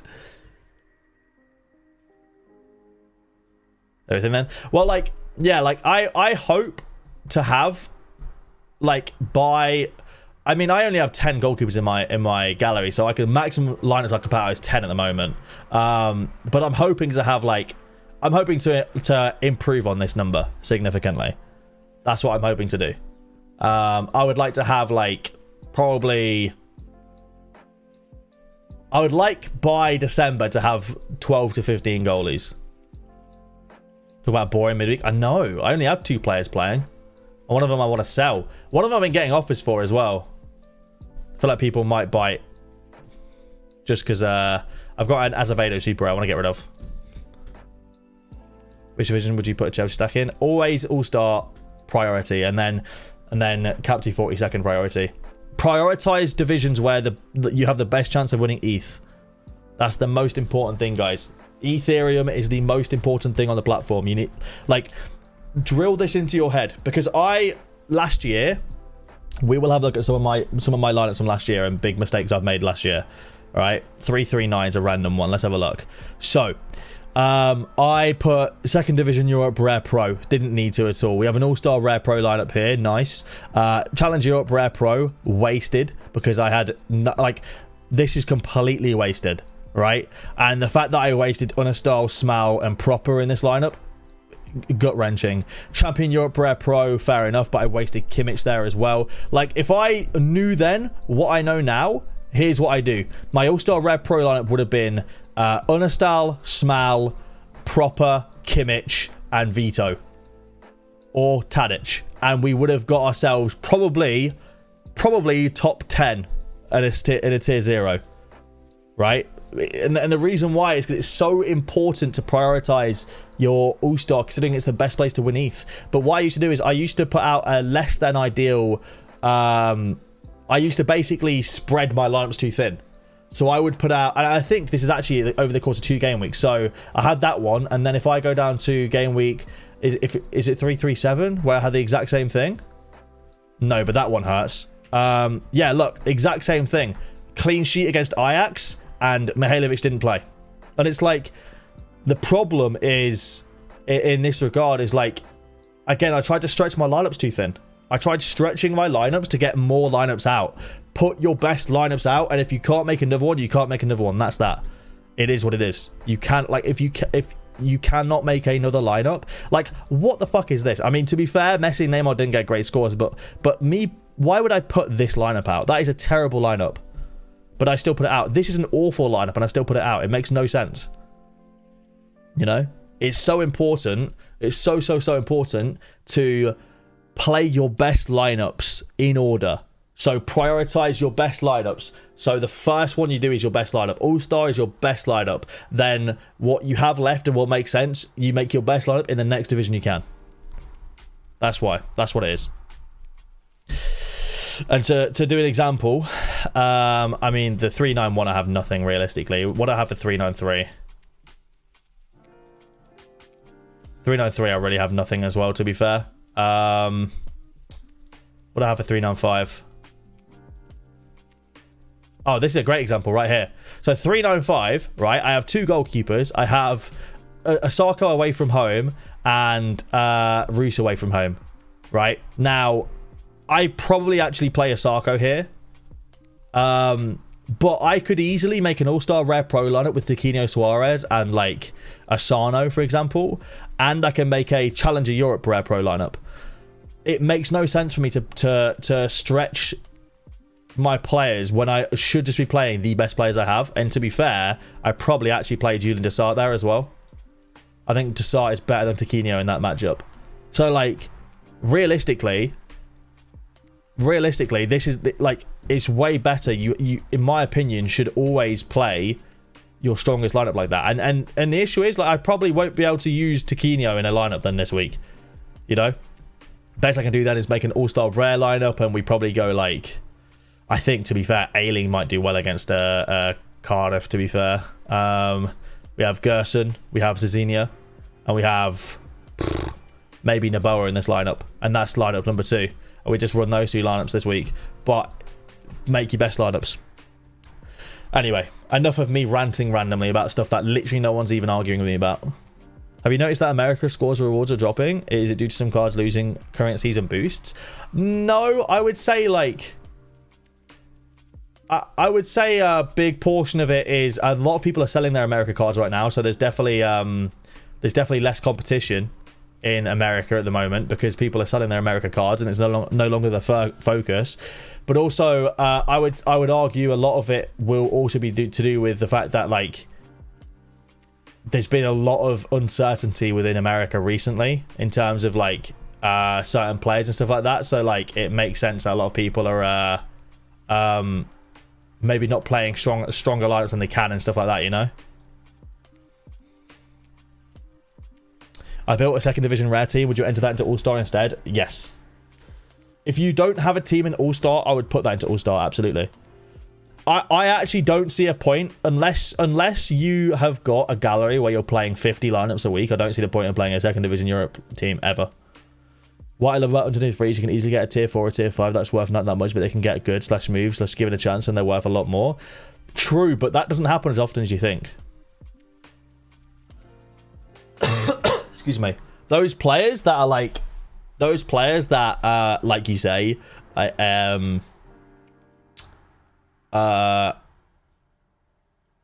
you get at a lower value that increase typically aren't tier 4 and tier 5s anyway. They usually already started tier 3. Yeah, so 2nd division lineups, to me, I don't really see too much of a point. I used to play 2nd division. I mean, 2nd division rare pro, this lineup got 327 points. You need 400 points, and yeah, you get 0.2 in a tier 0, but like tier 1s in 2nd division just aren't that great. Did the basic math on it for ROI, and last season you needed 301 to 318 points to win a 10 to 20 pound card weekly, which could be done most weeks. For midweeks, I only got a solid team, which isn't that great. You still put in All-Star or go for Cap T40. If it's really close to the cap, I would maybe play it in Cap T40. I would say, in fact, I would say probably play that in Cap T40 if you're confident it can get threshold. The reason why I always say All-Star is because you can get ETH on All-Star. But if, like, yeah, if you can play it in Cap T40, probably play it in Cap T40 because you got like, you don't need to then beat other people. You just need to beat the 250, and you get $50 of ETH, or $5, or $200, whatever it is. You know, imagine having a Cap T40 unique team. That'd be pretty crazy. Oh, everyone's doing rating stuff these days, aren't they? Yeah, that'd be interesting, Jack. The only issue, let me see what John Nellis has put up for sale. Should we have a look?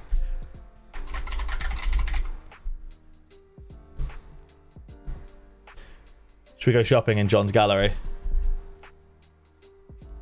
The only issue with zero L15 players is that one game can turn them into like an 80 L15, right?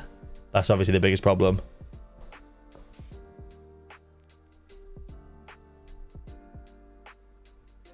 We've seen net stats for 2nd in All-Star Rare Pro, yeah. Who's he selling? Rodri. Kingsley. My issue, right here, I really hope John's in my stream. Because I want to have a look at something right here.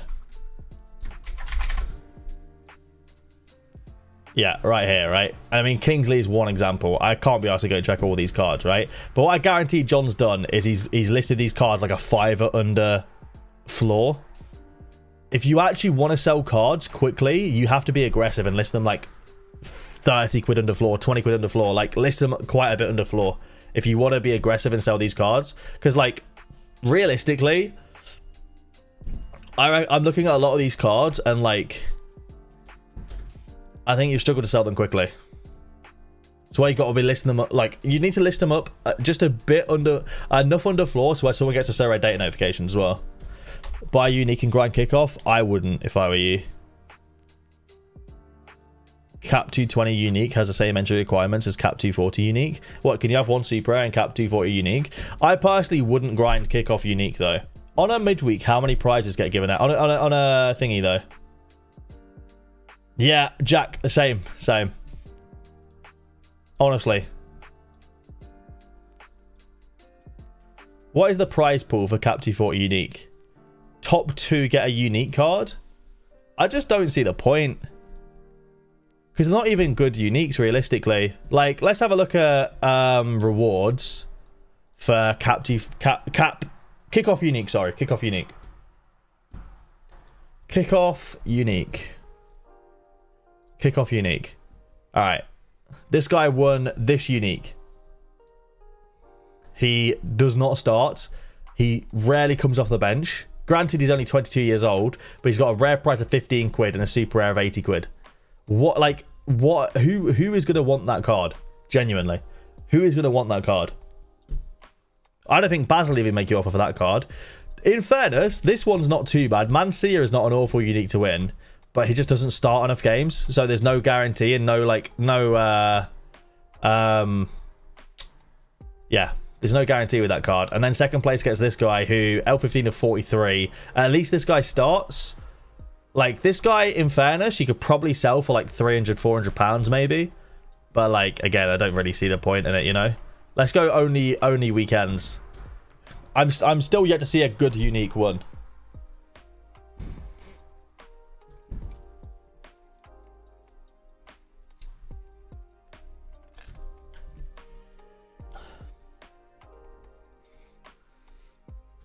That's probably one of the best cards we've seen won so far, and it's still a £17 card. He's just an unknown injury. You know? Why is Escalante so cheap? Anyone in chat know why Escalante is so cheap? Help my boy out over here.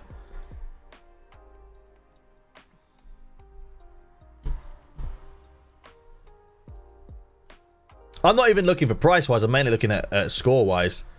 Because if you win a card from Cap 240 unique, from Kickoff unique, you probably want to keep it to then win more uniques. But like,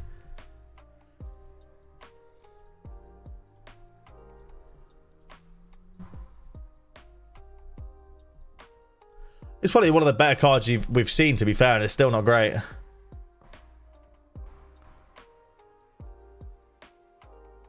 Low score to win could be a route to a. Yeah, but my issue is that. Okay, this guy sold for 0.6 apparently. Oh, is this the one? Is it the one net one? No, it's not. I thought it was. Like, this is the only one I've seen where like actually sold for a little bit. It sold for 0.6 apparently. Again, though, I agree. The reward to the bottom of the barrel. It could be a good route to a $500 threshold team, but the thing is that none of the players that we've seen score-wise are good enough for a Cap 240 team. You put this guy into a Cap 240 team, bro, and most of the time he's letting you down. Every now and then he might score a goal and you're buzzing, but like most of the time he's letting you down. We haven't seen a player that gets a 50 average in any of these rewards. And realistically, like, you're going to need players that get at least a couple players that get a 50 average, you know?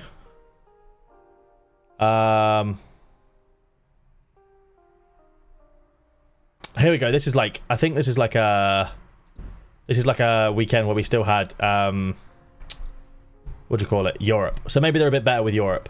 Okay, like, this is not a bad card. to win this in unique is actually pretty decent, to be fair. Like, this is actually okay. Like, maybe now we're in Europe. Maybe it's not awful. This guy's meh. I remember seeing that guy super. I thought meh, but no. And Alvis Powell, no, he's still shit. Like, this is a first card where it's like, that's a desirable card to win. Like, that's actually good because he gets half decent scores. He's under 23 and he gets good AA and he scores every now and then as well. That's actually a really nice card, to be fair. All he'd need is one decent move to another French League 2 side. He's probably looking really good. There's our first, out of all this time, that's the first, the first one we've seen where I'm like, okay, that might have been worth playing unique that week. So let me look at what game week this was. 377. Let me look at his team for 377 and see how many points he got. 352. So they don't get percentage bonus, right?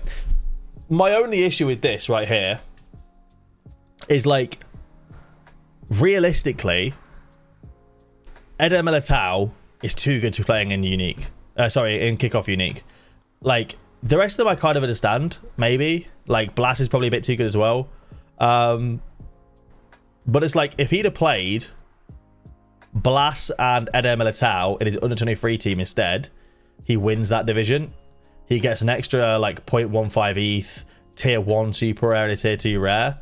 That's why I'm always skeptical, because you could probably play the super rares in better places. But that's the first one, to be fair, where I thought, okay, maybe it's worth it. And maybe Europe, when Europe's back, it's maybe worth it. Oh, I just have the same tile for all of them, Parrot.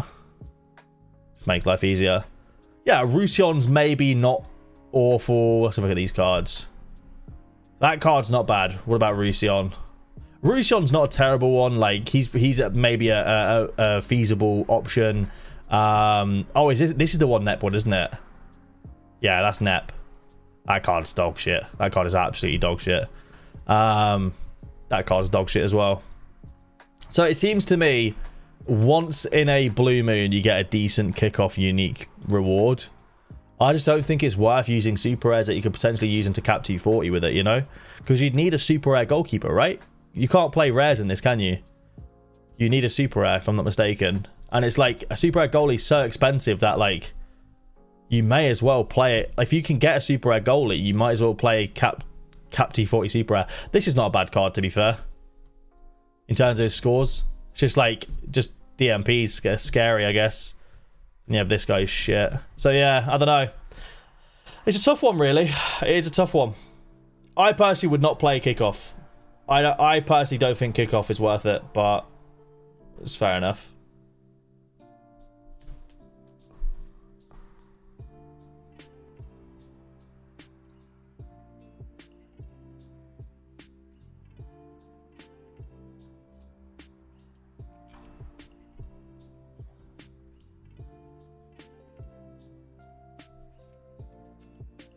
Can you have a look at Eric Smith and Jackson Irvine? Who would you prefer in Cap 240 Rare?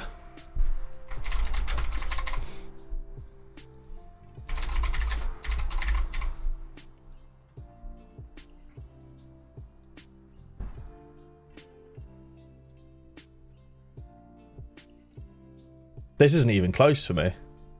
Why would you want...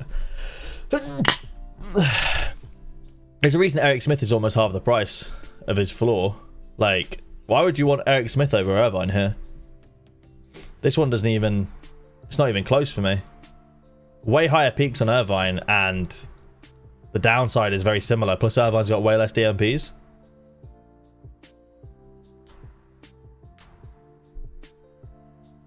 Would you rather play Second Division or Challenger Europe Limited? I'd rather play All-Star Limited. Hey, congrats, Jonathan. Let's fucking go, dude. Hell yeah.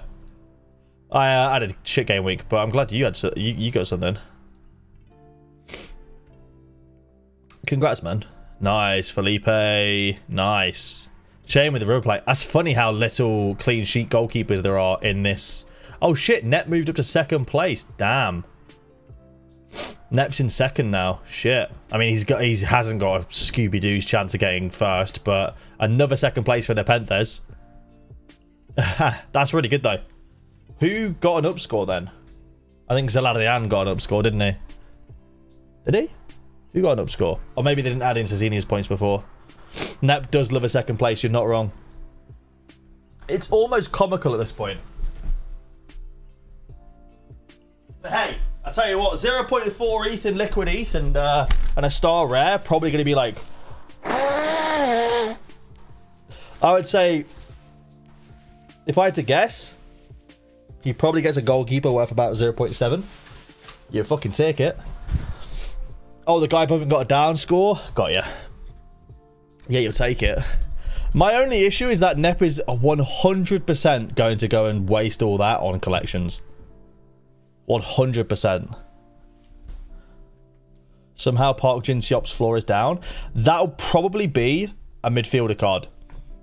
So his midfielder card scores like that. His defender card scores like that. So his midfielder card, no one really wants. Yeah, it's just all midfielder cards. His defender floor is up at 270. I think he's planning on improving. I fucking hope so, man. Like, obviously, it's none of my business how Nep plays the game. It's his own strategy. But like, Nep's got so many really good pieces. Like, and his gallery is like really. Like, Nep's gallery is sick. Like, I just wish for him he would like, instead of buying all these shitty cards that he buys sometimes, like he would actually put some of that money into like some good super rares. Just buy 5 of the best hitters is not hard. Like Nep's super rare gallery is like 3 super rares away from being insane. I would say 1 really solid goalkeeper.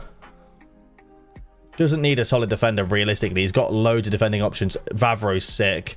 Like Gabriel can score really well in certain matchups and stuff like that. Gressel's solid. Midfielders, he's absolutely stacked. He's got Hector Herrera, Mukhtar, fucking Zinchenko's decent from time to time as well. Goncalves is solid. And then forwards, he's absolutely stacked as well. He's got Dennis Bwanga, Preciado, Lacadia, Nair, Vazquez, but like he's got some great cards here. I wish he'd just like, you know,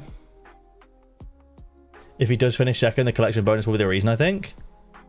Will it?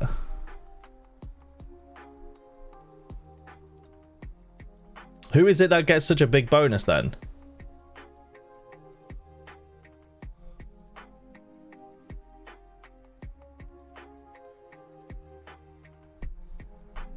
To be fair, that collection bonus did actually matter for him to be said. Yeah, true. You're not wrong. Yeah, I'm looking at it now. To be fair, he was like 0.27. I'm not saying he's waste. Like, the collections make sense. I just think like he's just gonna like he'll finish another collection and just buy another team's collection instead of actually just winning like winning.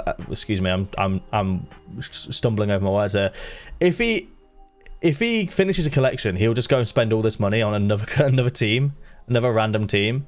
Like what's he doing at the moment? He's buying like, what's he buying at the moment? He's buying, you know, he's buying these cards, and he just randomly started a Kyoto stack for whatever reason. Like, are these guys even that good scorers? Are they that great of a team? They won 3-0. I mean, some of them are, to be fair. Some of them are not bad actually. To be fair, I'll give him that. I'll take that back. He's actually, if they play like that every game, they'll be nuts. I want Nep to buy some insane super rares and just absolutely smash super rare. You know what I mean? Like, I want to see Nep podiuming in super rare every week. That's the thing. Nep's gallery is so good. He could literally just absolutely smash super rare so easily. I want to see him doing it, you know?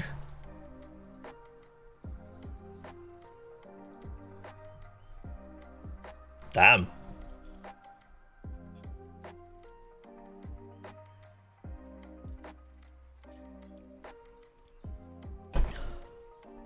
He's probably sniping a specific game week. Yeah, maybe. Am I playing Messi in game week 391? I think so. I think this is what I'll play. I think these 3 lineups will make sense for me in game week 391. So I think this for All-Star Rare Pro. Well, that being said, Steres might be injured, and I don't know. It's really hard at the moment. I don't really know. It's a shame that Noah's Old Boys have got a tough matchup, because I wouldn't mind having that, like, yeah. I don't know how these guys will score against Real Salt Lake. I have a really weird game week 391. Almost all away games, and very unlikely that we get huge scores. If Nep did this collection with Super Rares, he could dominate. That's what I'm saying, bro. Nep should definitely sell off most of his rares and go mostly super rare. Well, this is the thing, right? It's weird, like, and again, the issue is that me saying all this is why Sorare is amazing, because we all play the game differently. Like we all play the game differently. We all have our different ways of playing. We all have our different strategies. So like that's why Sorare is so good. There's no one way to play it. If I was in Nep's position, I would sell off a lot of the rares I have that aren't like the top tiers, and I would then put that into super rare. Like the Feyenoord collection he has, I don't know exactly how much his Feyenoord collection's worth, right? But I'd be willing to bet if he sold off his entire Feyenoord rare collection, right? And to be honest, what you could probably do is, I guarantee you could probably find someone to just buy the whole collection at a set price. He could probably sell this whole collection off and buy like Billo and Hanko super rare. I think it's wasted and limited though. I agree. My only concern is that I feel like rares right now are exactly where limiteds were last year. And I feel like there's potential where in a year's time, if you go full rare only, the return in comparison to super rare will be like limited to rare last year. Does that make sense? I rated Football Coop's gallery last week actually. Mudrick super rare for All-Star super rare is crazy. That's nuts, dude. What the fuck? He sold it for only 1.2k. Damn, I thought it'd be a lot more than that. I guess he's kind of sucked at Chelsea.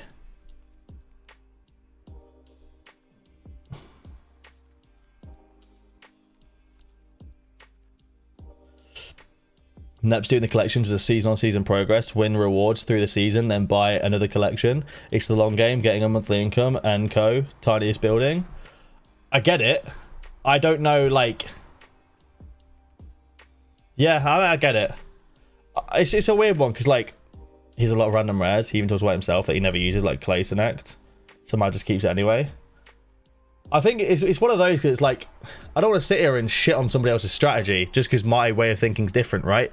Like, we all think of it differently. I know yesterday in Nep stream, literally, like 4 of his chat members were just basically, like, belittling me for what I buy in Sorare. It was really weird. Like, especially from a couple of them, like, that I thought I was friends with or whatever. Like, it was just, like, it was weird. Like, I was catching so many strays for no reason. All because there was a rumor of Doku coming out that he could go to Villa after I bought his super rare, and it's like there were no rumors for Doku beforehand, and like one Doku rumor comes out, and all of a sudden like you know, after I buy the card, like I could never have predicted that.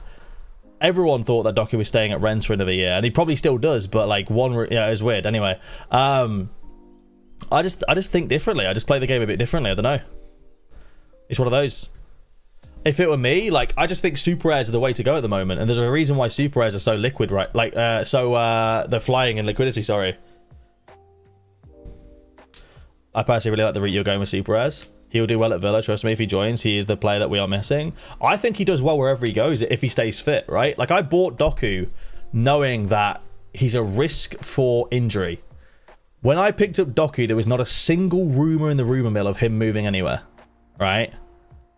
And I still don't think he goes anywhere. I think what happens is Rennes keep him for another year, manage him really well, keep him fit, and sell him for 50 million next year. I feel like that is 100% what happens with Doku. But I think no matter where he goes, he'll be really good. He's a quality player. But yeah, I bought him on auction last night or the night before that, and then the rumor comes out after. It's unfortunate timing, really. Who is throwing shade at you? I'm not going to get into it. There's a few people that are throwing shade at me though. It was weird. Really weird.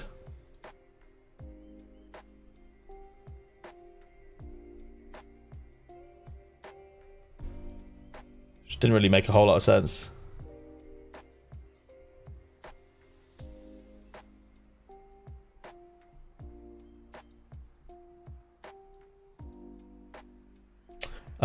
King of second place. If collection bonus was to benefit anyone, it will benefit Nep. That's true. That's true. Nep's got a really nice gallery, and he bought some of the best super rares that he could buy at the time as well. Like, I think he's been unlucky with Mukhtar and Bawanga specifically. I think that like, so long as they both stay, I think especially next summer, like, he will just mop up in America Rare Pro or All-Star Rare Pro during the summer with his Bawanga and his what the fuck's his Bawanga? Where's Dennis Bawanga? Am I stupid? There he is. I think he'll mop up with these two cards specifically. Like, I think he will, if he keeps them, he'll mop them. He'll mop up with these two. Damn, that's sort of 1.8. Shit. He's just been super unlucky. That's just been a very average period for Mukhtar and Bawanga. You know? It's just unfortunate, really. Am I building a Man United collection? I'm going to build a Man United stack, but probably not collection. Like, I'm going to... I want to buy just the, like... I'll just buy the Inter version of Onana. And then I want to get Super Rare Dallo and Rare Bruno. And then from there, maybe I'll buy a couple of collection cards on auction. I don't know. Some of the auctions are going for mad low at the moment. That Mukhtar is so much pain, you can literally see when he bought it because of his score chart. Yeah, but like, this is the thing. There are some buys on the platform that I think are bad buys, and like, you know, if I make a bad buy, like, oh, I don't mind people like giving me shit for it if it's a bad buy. Like, Mukhtar was not a bad buy from Nep. Like, it's a case of Nashville have just been shit. It's not Mukhtar's fault. He's done his absolute best. Nashville has just been absolutely shit. The same with that Doku. That Doku's not a bad buy, but like, I just thought it was really weird when I was getting like slandered for buying Doku as if it was like a bad buy or something from people that like I've been nothing but nice to. I just thought it was a bit weird. Like, there's always this weird thing in the Sorare community where like there's like always snidiness. I don't know why. But yeah, this one is one where I think 100% he comes good for Nep. To be honest, it may even be in the next few game weeks. 3 home games in a row, then like a good run back end of the season bar Philadelphia as well. Like, I definitely think there's a room for Mukhtar to like find his form again, for sure. That's just tough. And Bowanga's another one. Bawanga started off the season so well. Like, it was such a great buy at the start of the season. It's just that LAFC have also fell off a cliff. Nah, Mukhtar doesn't leave. So Mukhtar married a Nashville girl. He's Nashville through and through. There's no, from what I've read, and I don't know Mukhtar or anything like that, but from what I've read, he's apparently Nashville like through and through. He absolutely loves Nashville.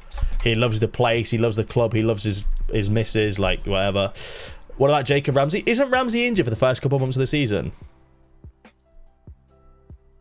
I read somewhere that he got an injury and he won't be around till like November.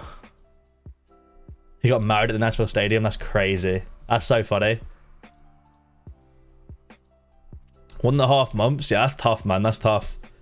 I think he's got potential to do really well in that Villa side. Villa are like, I think, an up-and-coming team, man. I mean, they were good last year. There was someone that had a really good Villa stack last year that swept up rewards consistently, and I think that Villa could be a really good stack next year with some favourable matchups, especially in Conference League where they're going to play against Wi-Fi passwords. Like, Villa could be a great stack. Like, let's look at some of these game weeks where Emi Martinez scored really well, and let's look at how the rest of the Villa team scored. Ryan, how you doing, mate? What's up, brother? Yeah, like if you had Martinez, Moreno, Ramsey, Watkins, and like Dendonka or some shit like that, you've got a banging stack there. Similarly, like Martinez, Moreno, Ramsey, Watkins, McGinn, you know. How much is Emi Martinez rare card? £725. What I could do is maybe I want to find somewhere where I could. Do I just put that up there? Is that a better place? That's probably a better place, right? That is probably a better place, actually. Going up there. Do you think Casado is valued since he's likely joining Chelsea, playing for a tier 4 side? Or top 4 side for the next 5+ years with Enzo? You think bottom left? Bottom left will cover this, though. I think that's probably a good spot. Casado. I think, like,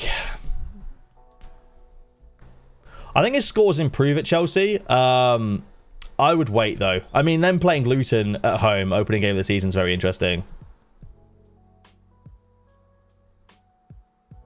You are so open, and that's why people take advantage of you. If you were in Sorare in the past year, you've made horrible decisions, and that's a fact. True. I was considering a Villa Super S stack, changed my mind. Made a bad choice then. I'm joking. But Maddie, what's up, man? How you doing, bro? You have Luton second, LFC first. Wait, what? When do you play Liverpool?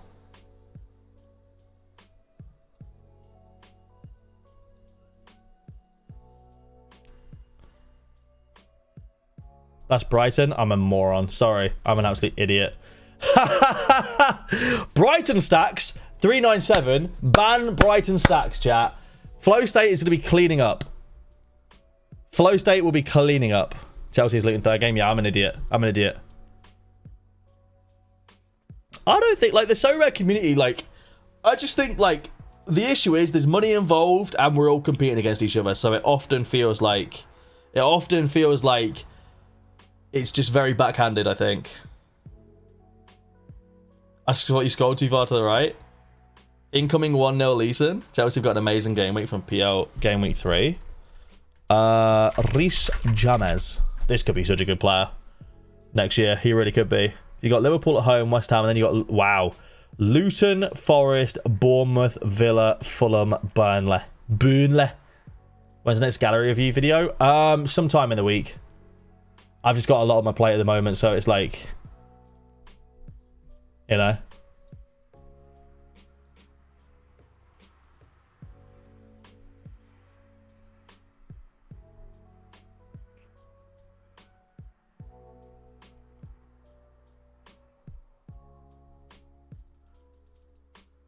I'm just checking out Twitter. United have got 2 cracking home games to start with. Looking forward to it. Who is this? Derek Con. Interesting. I'm excited to see how Tadic does at Fenerbahce.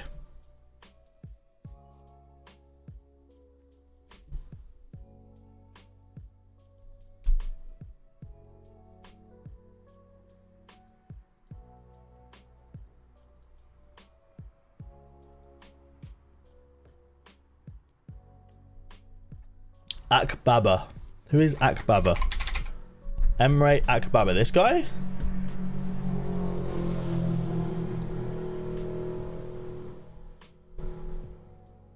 He's actually not bad. What? And Pavel's got his Galatasaray card. I don't think I need any Galatasaray from my collection, though. Do I? How am I third in the leaderboard? I don't even have a percent yet.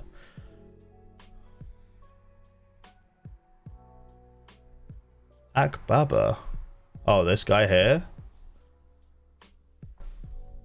I don't know what Pavel would take for. I don't really want to buy it, to be honest, but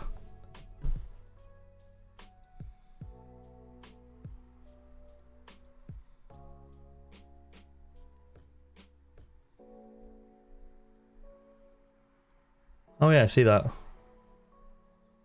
I don't know what I would try and send him for that. Don't you feel buying Mbappe is more of an investment in the long-term vision for Sorare? No. I think Mbappe is really overpriced. What do you think about... Could work. Begovic to QPR. Interesting. He's still playing. United v Wolves and 397 could be demolition. I'm working on that 4% collection bonus for Super Reece James. Need him. I saw you bought... was it Madueke for like half an ETH? Kepa, James, Enzo, Casado, and Kunku. Is that the stack? Is that the Chelsea stack? Do you think it's worth paying the premium for Champion Europe players that have guaranteed utility for years? Not really.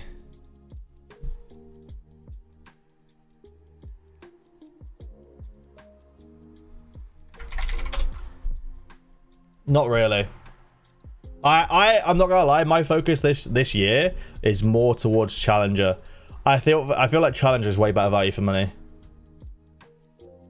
I think like now with Saudi poking the noses around, it's actually probably less risky to buy in Challenger than it is Champion, which is fucking hilarious.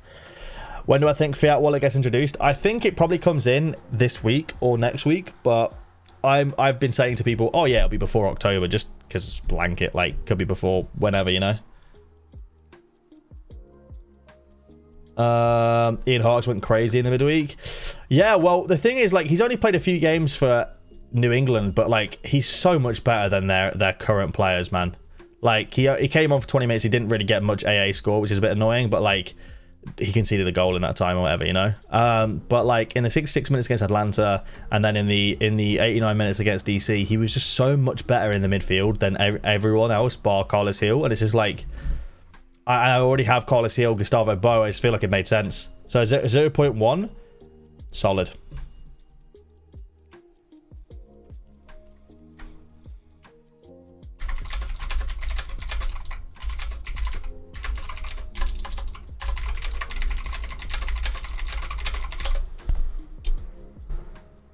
Could have replied to that. He wasn't greater than the United.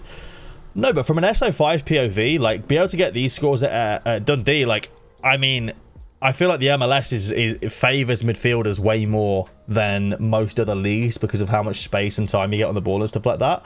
Especially when you got Carlos Hill in your midfield too. To me, for 0.1, it seemed like a no-brainer. Nah, Challenger is still risky for me. The players leaving Champion for Saudi will be replaced by Challenger players. Challenger scores are better, but a bigger risk. I disagree. Like, the only players that get replaced in Champion Europe sides from Challenger sides are players that actually really are significantly a lot better than most other Challenger players, right? Like, you look at players that move from Challenger to Champion. You know, someone like Smal, for example, right? There's rumors of him leaving, but there's no rumors of him leaving to, like, he's not going to, like, Chelsea, or, like, he's not going to, like, Crystal Palace, right? Like, his rumors are, like, Leeds, or his rumors were Benfica at the time, like, other Challenger or lesser sides, you know what I mean? The only players that I, like someone like Tuma is someone that was a risk to go to a Champion Europe side, right? Because he was a insane player. Like, these sort of players, yeah, I would agree, risky, but, like, you know. So, let me have a look what's going on.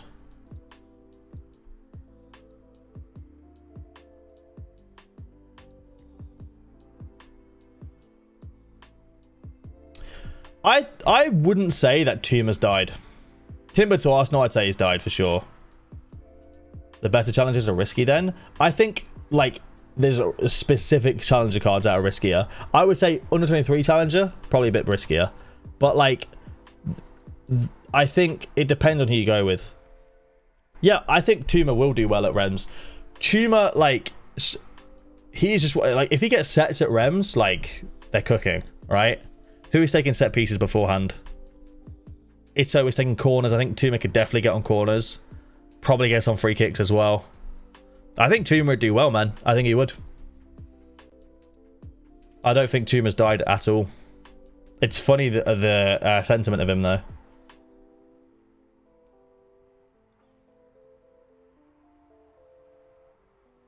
Look at Kirkez. Could be Lazio, could be Bournemouth. Very different outcomes. I think very similar outcomes, actually. The thing is, if you've ever watched Kirkez play, he's another one I don't think dies at Bournemouth. He doesn't get these peaks, but, like, he wasn't a great scorer beforehand. Like, if you hold this card and you're like, fuck, I'm so upset it went to Bournemouth, like, why? Your 50 average player turned into a 45 average player? Like, Lazio would have been so much better. I don't know if it would have been. Like, I don't think he would have got decisives at Lazio anyway. Bournemouth are making some great moves. They are. But, like, someone like Kirkez, like, I don't think, like, let's look at Lazio's left back, for example. Is he really that good of a scorer? He gets a few big peaks like Kirkez was, and the rest of it is just, like, 40s. Yeah, the midweek utility sucks. I do agree. It sucks to lose midweek utility. This guy plays right back most of the time anyway. Let's see who plays left back. High Saj? I don't know.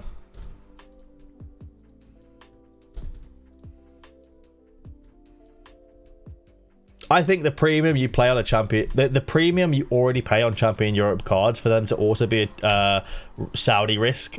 At the moment, I'm not looking at many Champion Europe cards wanting to buy them, unless they're cards like that I know aren't going to go. You know.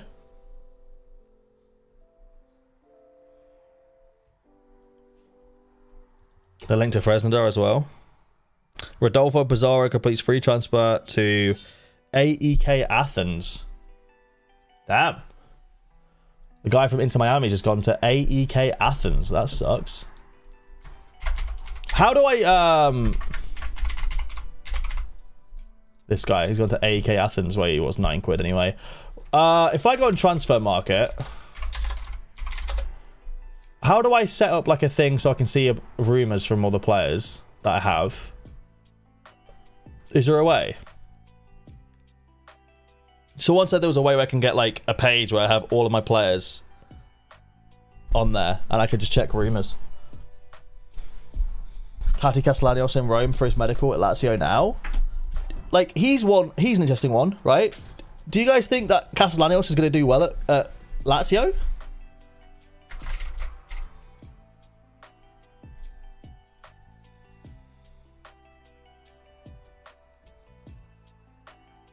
No? Not at all? No, I don't think he will either. This is one of those cards where, like, if we're being honest, I don't think Tati Castellanos is good enough to play in a top 5 league. You think he does better than Girona? I don't know if he does. I just don't think he's that good of a player. I mean, yeah, he scored 4 goals against Real Madrid, but, like, what the fuck? You know?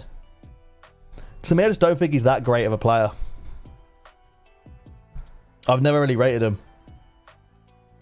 Girona are quietly not a bad team. Like, they're quietly a team where you could build a Girona stack and, like, 8 game weeks a year, smash. You know? Really interesting team. Shit, the bed, it's already 5 PM. Alright, boys. I'm going to call it there. Sorry, I didn't realize it's 5 PM. Thank you all for chilling and watching today's stream. I do appreciate it. Okay, now 100 people watching, man. That's crazy. Thank you very much. I will probably be live again tomorrow. I think I'll be live a bit early tomorrow as well because I was only not live today because I had an accountant meeting. But the fact that I don't have that tomorrow means I can go live earlier.